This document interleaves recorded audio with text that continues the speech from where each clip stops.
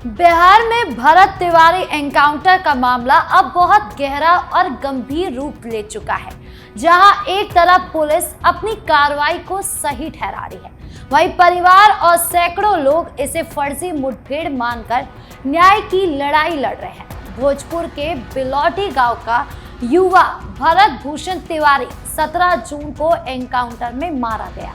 उसकी जान जाने के बाद पूरा इलाका गम और गुस्से में है। लोग कह रहे हैं कि भरत घोटालों की जानकारी रखता था, इसलिए उसे रास्ते से हटा दिया गया। आज हम इस पूरी गुत्थी के पीछे छिपे कड़वे सच को जानेंगे कैपिटल टीवी बिहार के खास शो प्ले एंड पॉज में, जहां मैं राधिका राज आपके लिए वीडियो को प्ले भी करूंगी, पॉज करके उसके पीछे का सच भी बताऊंगी और रिवाइंड करके पूरी क्रोनोलॉजी भी आपको समझाऊंगी। तो चलिए बिना किसी देरी के शुरू करते हैं प्ले एंड पॉज।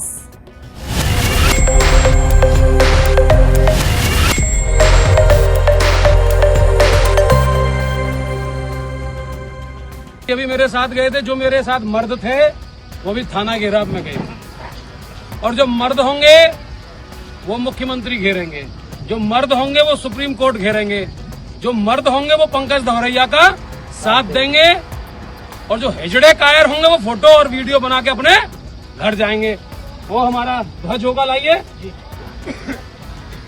ये माँ भवानी का हमने ध्वज बनाया था 12 वर्ष पहले, और इस सरकार से हम लड़के इतने मुकदमे झेले, कभी हम झुके नहीं, पर लेकिन हमारा छोटा भाई ऐसी स्थिति में चला गया, तो हम बोलना चाहेंगे कि तुम जीवित रहोगे और तुमको जीवित हम रखेंगे।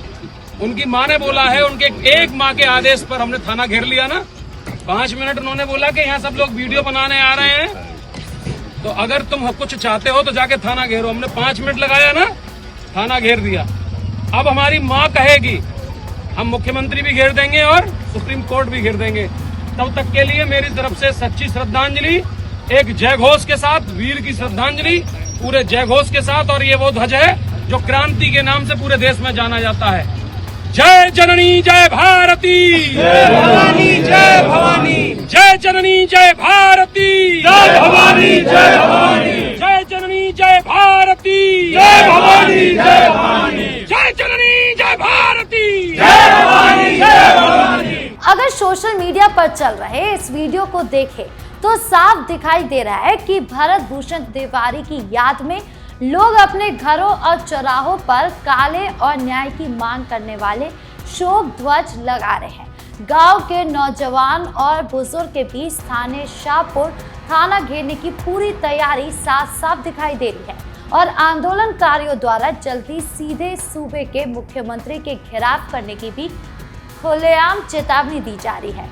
इस वीडियो में हजारों की तादाद में लोग एक जगह इकट्ठा हैं, हवा में गूंजते हुए आक्रोशित नारे लगाए जा रहे हैं, और नम आंखों से लोग अपने चहेते युवा को श्रद्धांजलि दे रहे हैं। ये पूरा नजारा साफ तौर पर दिखाता है कि बिलौटी गांव और उसके आसपास के तमाम इलाके के लोग इस समय कितने भावुक हैं, और उनके अंदर सिस्टम के खिलाफ कितना जबरदस्त आक्रोश भरा हुआ है। इलाके के लोग अब भरत को सिर्फ एक साधारण लड़का नहीं मानते, बल्कि उसे सरकारी भ्रष्टाचार और घोटाले के खिलाफ सीना तान कर आवाज उठाने वाला एक साहसी युवा शहीद माना जा रहा है। वीडियो में उमड़ी इस अपार भीड़ में जो जोश, जो तल्खी और जो संकल्प दिखाई दे रहा है, वो साफ साफ इस बात की गवाही देता है कि अब ये लोग चुप रहने वाले बिल्कुल नहीं हैं।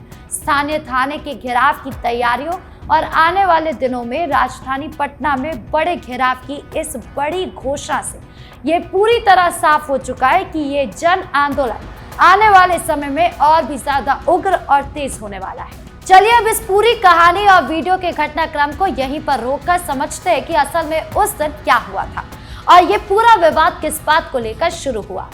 17 जून की उस तारीख को भोजपुर जिले के शाहपुर थाना क्षेत्र के बिलौटी गांव की जमीनें सीमा पर भरत भूषण तिवारी का एनकाउंटर हो गया था। पुलिस प्रशासन ने घटना के तुरंत बाद अपना आधिकारिक बयान जारी करते हुए कहा था कि भरत एक शातिर अपराधी प्रवृत्ति का व्यक्ति था।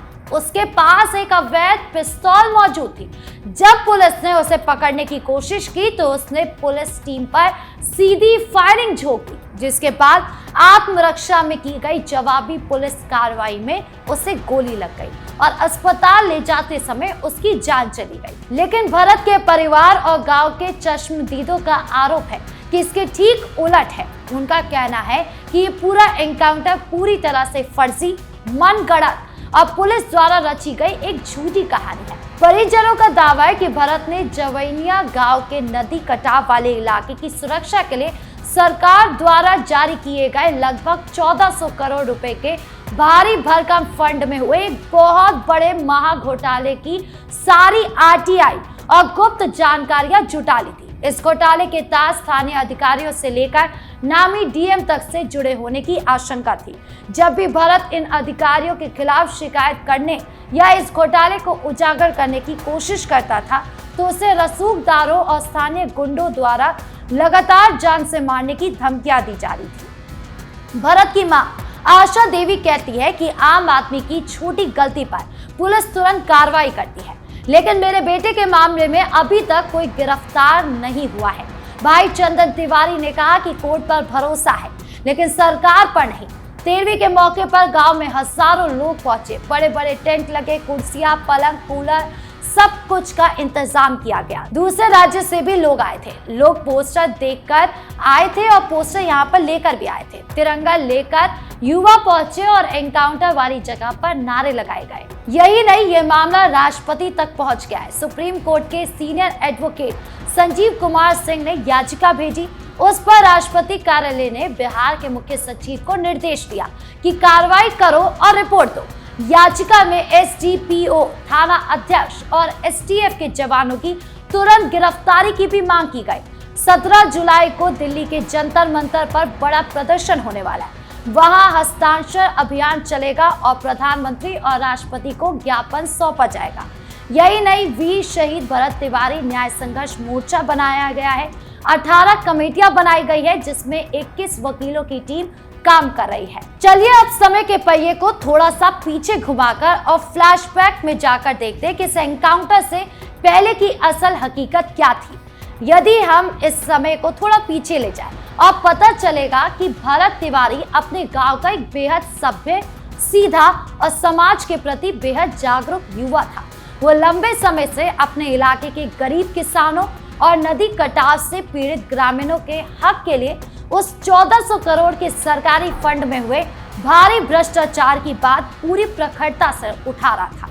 उसने अपने संपर्क के वकीलों से भी ये बात साझा की थी कि जब भी वो इस घोटाले की लिखित शिकायत लेकर किसी दफ्तर में जाता है तो उसकी फाइल को जानबूझकर ठंडे बस्ते में डाल दिया जाता है, उसे टाल दिया जाता है और अधिकारियों द्वारा उसे इस मामले में दूर रहने की सख्त हिदायत और धमकियां भी दी जाती है।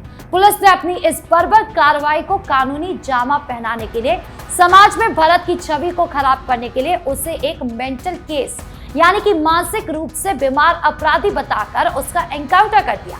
लेकिन भरत के परिवार वाले और घटना के समय वहां दूर मौजूद कई चश्मदीद गवाह साफ तौर पर कहते हैं कि भरत के पास कोई हथियार नहीं था। वो पुलिस के सामने सरेंडर करने यानी आत्मसमर्पण करने के लिए पूरी तरह से तैयार खड़ा था।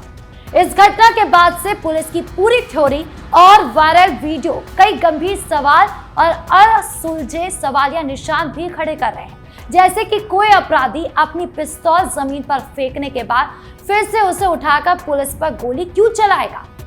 गोली लगने के बाद घायल भरत को समय पर अस्पताल ले जाने की बजाय घंटों तक देरी क्यों की गई और भरत के शरीर पर लगी गोलियों की कुल संख्या और उनके लगने का एंगल कुछ और ही कहानी क्यों बयां कर रहा है।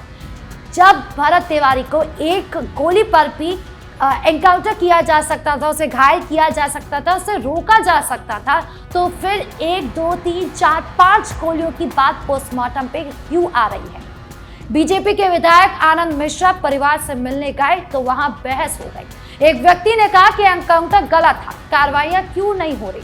आनंद मिश्रा ने जवाब दिया कि अगर गलत नहीं होता तो हम यहाँ क्यों आते। फिर भी परिवार ने सवाल उठाया कि वीडियो में सब दिखाई दे रहा है, फिर भी गिरफ्तारी में देरी क्यों हो रही है। यही नहीं, भरत की 13वीं पर प्रेस कॉन्फ्रेंस हुई। सुप्रीम कोर्ट और हाई कोर्ट के वकील मौजूद थे। उन्होंने कहा कि न्याय मिलने तक लड़ाई जारी रहेगी। श्री राम सेना, क्षत्रिय कर्णी सेना जैसे संगठन भी साथ में हैं। अगर जल्द कार्रवाई नहीं हुई तो बिहार बंद जैसी बातें भी हो रही हैं। पूरा मामला अब सिर्फ भोजपुर तक सीमित नहीं रहा, यूपी, एमपी और दूसरे इलाकों से समर्थन मिल रहा है।